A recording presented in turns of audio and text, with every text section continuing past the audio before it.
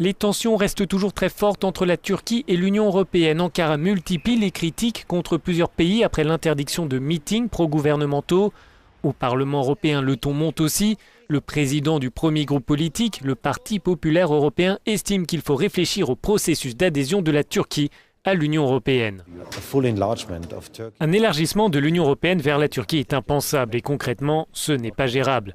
La Turquie est sur le chemin inverse et met plus de distance avec les valeurs européennes depuis quelques semaines et quelques mois. C'est pourquoi nous devons recommencer. Le minimum est de geler le processus de négociation en cours pour le moment et nous devrions parler de notre relation fondamentale.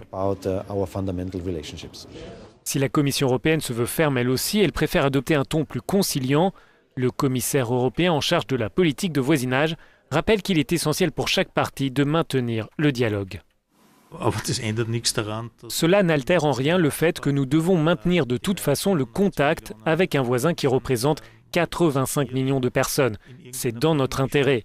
Mais nous devons aussi dire à ce voisin, dans le cadre d'un bon voisinage, que cela suffit et qu'il ne faut pas aller plus loin. C'est en 2004, sous présidence néerlandaise de l'Union européenne, que le principe des négociations d'adhésion a été acté. Or, ce sont aujourd'hui les Pays-Bas qui cristallisent les critiques d'Ankara.